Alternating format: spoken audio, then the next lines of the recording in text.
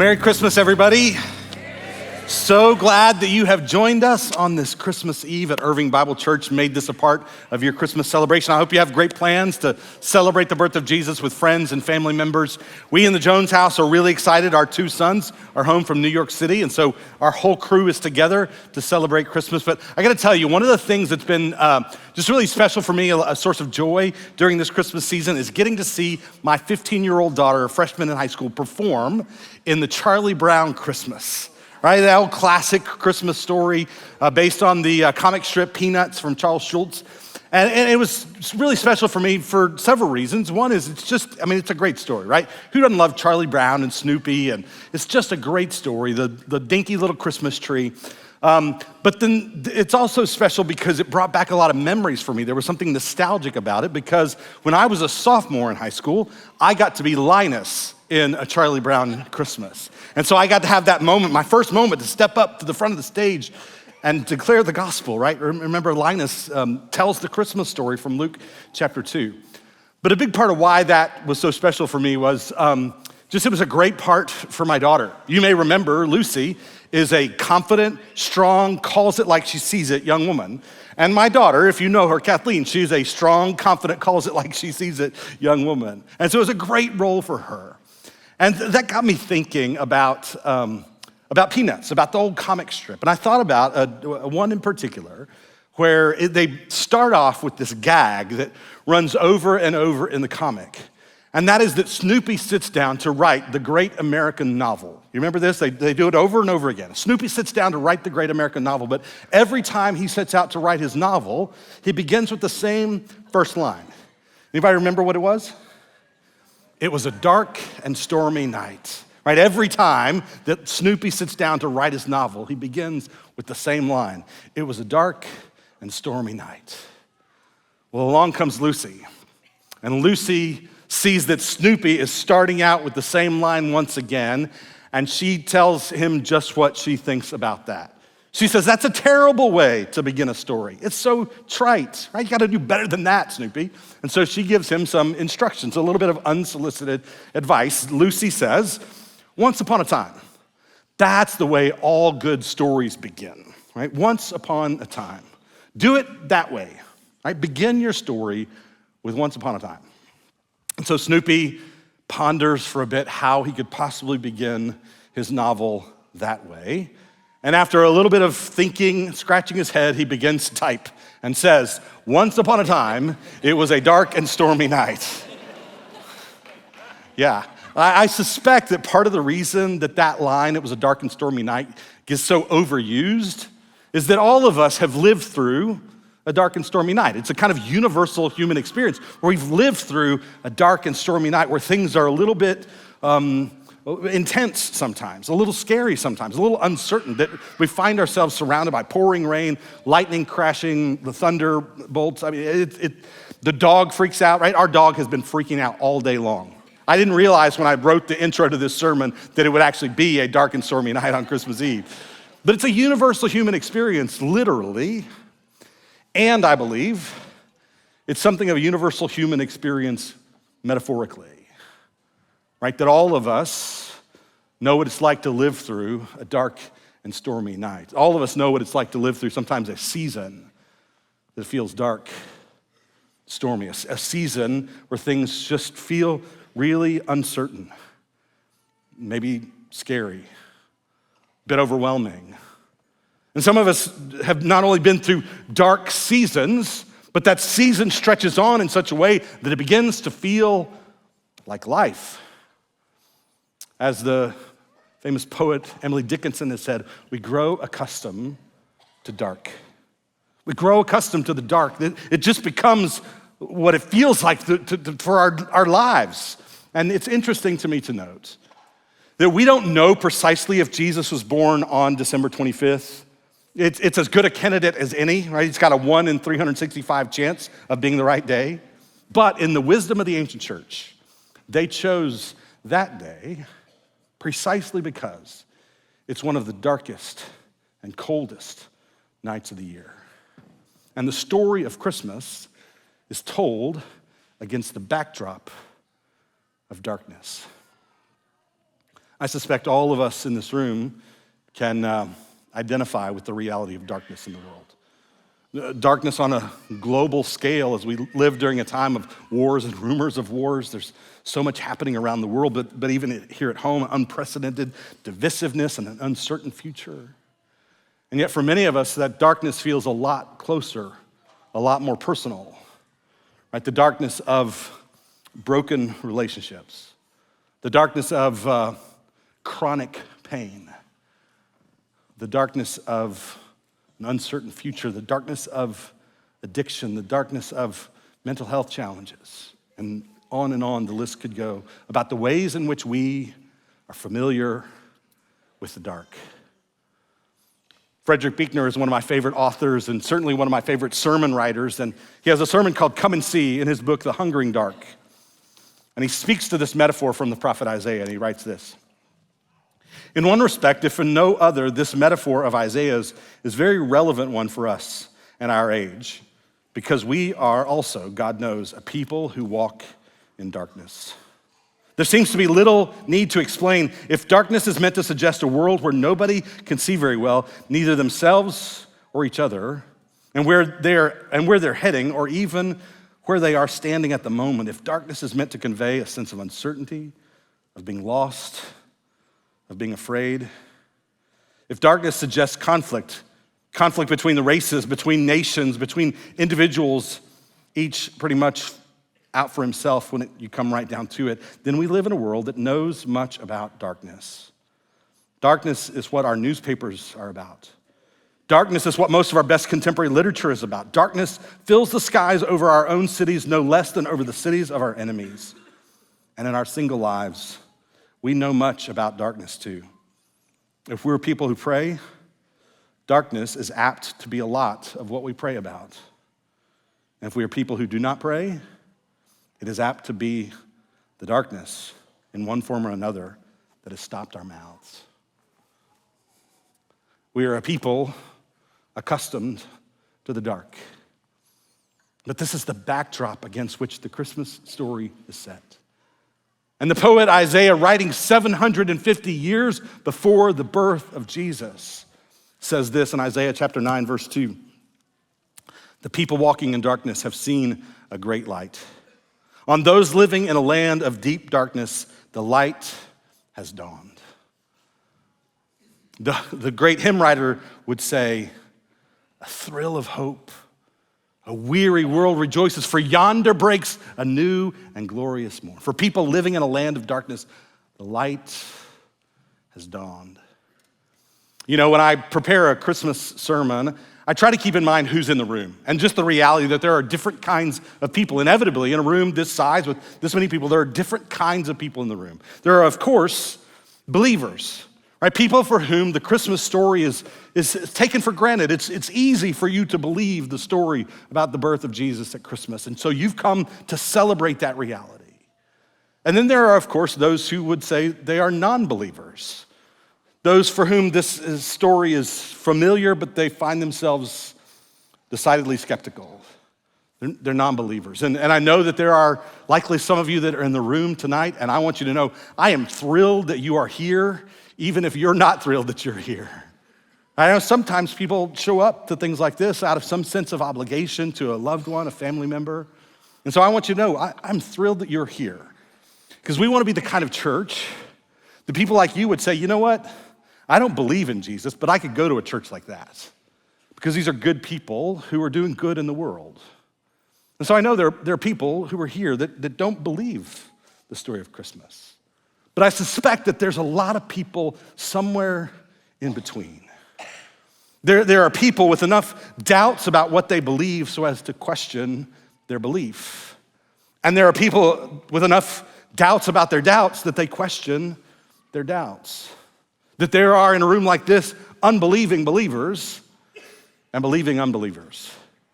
Maybe you grew up with this story, but you've since distanced yourself from it. Maybe you're very familiar with the story, but it's lost its sense of wonder for you, an explanatory power for you. And then we find ourselves, all of us together, in this room. But I want to speak tonight especially to those who find themselves there in the middle. Unbelieving believers, believing unbelievers. Because the likelihood is if you are there, and I believe many of us are there at one time or another, and likely many of us are there tonight. If you are there, it is likely precisely because of the darkness. And I want you to hear from me as a pastor that the Bible never denies the reality of darkness. And the Bible never diminishes the reality of darkness. In fact, I believe the Bible gives us a powerful, plausible reason that the darkness exists. But the story of the Bible, the story of Christmas, is that those who've walked in the land of darkness, a light has dawned. And what is that light, we may say? And Isaiah goes on to answer that question in Isaiah 9, verse 6. He says, "For to us a child is born, to us a son is given, and the government will be on his shoulders." Isaiah says, for those who walked in a land of deep darkness, a light has dawned. And then he says that light is a child, a baby. And in the fullness of time, we come to know that that baby is Jesus, that he's come to be the light of the world. And Isaiah says about this child to be born, this son to be given, and the government will rest upon his shoulders. And I've always thought that was a kind of peculiar translation, the government will rest upon his shoulders, because it kind of makes him sound like he's going to be a prime minister or a president. He's going to be a politician or a bureaucrat. But that's not the idea here at all. Perhaps this little word that's usually translated as government would be better rendered as dominion. The dominion will be upon his shoulders. Another way to say it, the weight of ruling the world will be on his shoulders. And his shoulders are made to bear that weight. I wonder if anybody in the room tonight feels like the weight of the world is on your shoulders. I suspect I don't have to do much convincing for you to know your shoulders were not made to bear that weight. But here's the good news this Christmas. His shoulders were. He's made to bear the weight of ruling the world upon his shoulders. He can certainly bear the weight of ruling your life.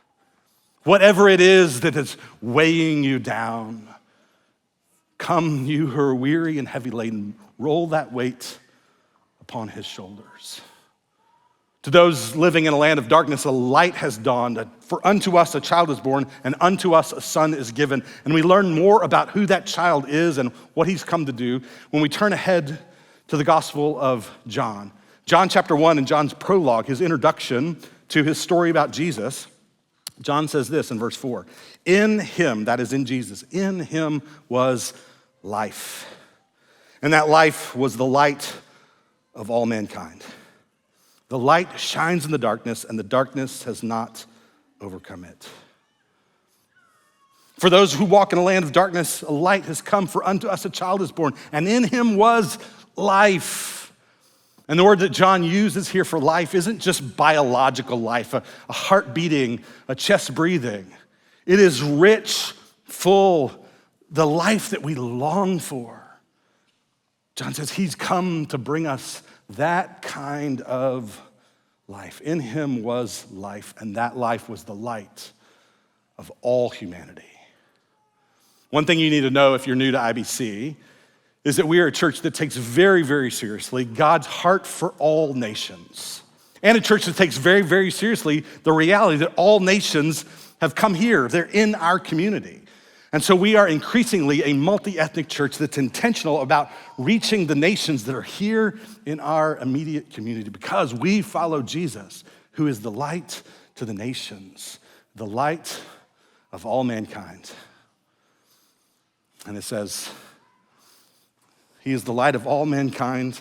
The light shines in the darkness, and the darkness has not overcome it. And believe me, it tried. But Jesus, as the story continues, we know, eventually goes to the cross. And on the cross, the darkness did the worst thing imaginable to the best man imaginable. The darkness tried to extinguish the light, but the darkness did not overcome it. Because that's not the way it works. Light extinguishes darkness, but darkness cannot extinguish the light. St. Francis of Assisi famously said, "All the darkness in the world cannot extinguish the light of a single candle." Because that's not the way the darkness works. The light dispels the darkness. The darkness cannot dispel the light. Believe me, it tried.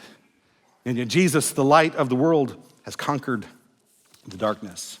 So the story of Christmas is on those living in a land of deep darkness, a light has come. For unto us a child is born, and unto us a son is given. And in him was life, and that life was the light of all humanity.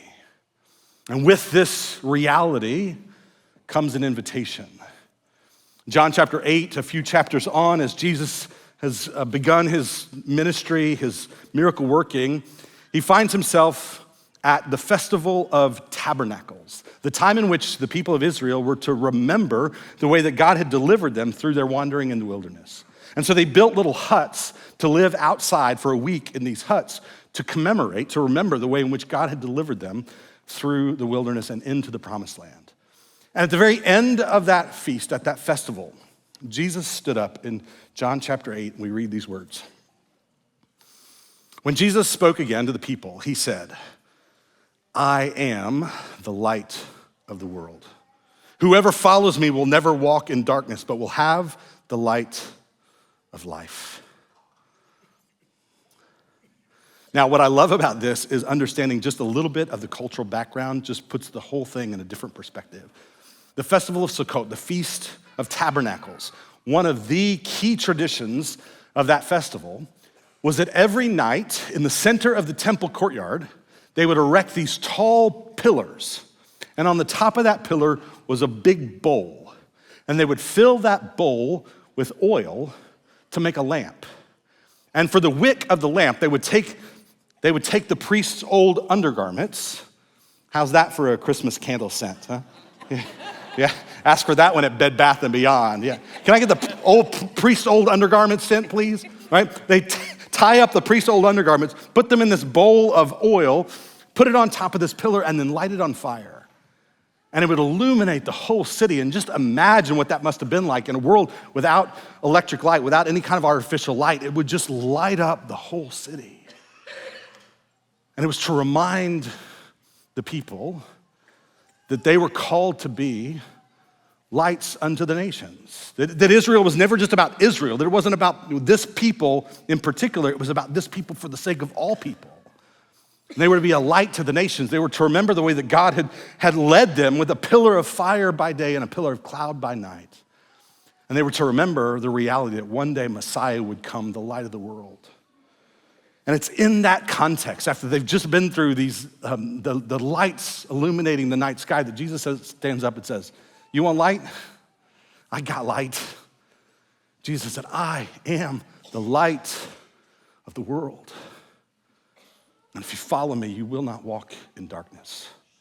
This is such a compelling invitation to us. Jesus doesn't say the darkness is just gonna go away. He says, "Follow me, and I will light your way through this dark world." Friends, the message of Christmas is those who walked in a land of deep darkness, a light has dawned. For unto us a child is born, and unto us a son is given. And the government will rest upon his shoulders. And in him was life, and that life was the light of all mankind. And he says to you and to me, "Follow me, and I'll light the way for you." Frederick Buechner continues in his sermon and says this. He says, "How do we know whether or not any of this is true? How do we find out for ourselves whether this child born so long ago, that there really is in him a power to give us a new kind of life in which both suffering and joy are immeasurably deepened? A new kind of life in which little by little we begin to be able to love even our friends, at moments maybe even our enemies, maybe at last even ourselves, and even God. His answer, adeste fidelis, come all ye faithful. He says that's the only answer that I know of for people who want to find out whether any of this is true. Come all ye faithful, and all ye who would like to be faithful, if only you could. All ye who walk in darkness and hunger for light. Have faith enough, hope enough, despair enough, foolishness enough, at least to draw near and see for yourselves. He says to ask and it will be given to you, to seek and you will find. In other words, he says that you, if you pray for him, that he will come to you. And as far as I know, the only way to find out whether that's true is to try it. Pray for him and see if he comes in ways that only you will recognize. He says to follow him, to walk as he did into the world's darkness, to throw yourself away as he threw himself away for the love of the dark world. And he says that if you follow him, you will end up on some kind of cross. But beyond your cross and even on your cross, you will also find your heart's desire, the peace that passes all understanding. And again, as far as I know, there's only one way to find out whether that's true, and that is to try it. Follow him and see. So for all of us who are unbelieving believers or believing unbelievers, the invitation to us this Christmas is to follow him and see. There's a little phrase that Jesus uses over and over again to refer to his disciples. And it's a phrase in English, and yet in the original language in Greek, it's only one word. And so we miss something in the translation because the translation is translated into the phrase, "O you of little faith." Remember this? Jesus says it over and over and over again. "O you of little faith, O you of little faith, O you of little faith." But in the Greek, it's actually just one word. It's just the word little faiths. You little faiths. And I think it's like his nickname for his disciples. You little faiths. And I don't know about you, but that helps me so much because that sounds a lot like me. Little faiths. And he says to the little faiths, follow me. And they did. And their lives were never the same. And the world was never the same. Friends, the message of Christmas is to those who walked in a land of deep darkness, a light has dawned. A thrill of hope, the weary world rejoices, for yonder breaks a new and glorious morn. For unto us a child is born, and unto us a son is given. And in him was life, and that life was the light of all humanity. And he says, I am the light of the world, follow me, and I will light your way. Each week during the Advent season, we light the 4 candles. The candle of hope, peace, joy, and love. And on Christmas Eve, we come to light the Christ candle. The Christ candle that is just a symbol of this reality that he has come to be born into a land of darkness, to be for us the light of the world. This same candle that we light on Christmas Eve will be the same candle that we extinguish on Good Friday. So there's rich symbolism in what we do here. In a moment, I'm going to light this candle, and then we will light this whole room, each of you with your own candles. Remembering that Jesus said, I am the light of the world, and then elsewhere he said, and you, my followers, you are the light of the world. That we're to reflect his light into the world around us. One word of instruction before I light. It's a simple little liturgy that we have around here. In order to keep the wax off of the nice new carpet or off of your nice Christmas attire, we ask that you remember that the unlit candle bends toward the flame, okay? So if your candle is lit, you keep it standing up straight, but the unlit candle bends toward the flame. You think we can do that? All right. Friends, the message of Christmas is that for those who walked in a land of deep darkness, a light has dawned. For unto us a child is born, and unto us a son is given. And in him was life, That life was the light of all humanity. And he says, follow me, I'll light your way.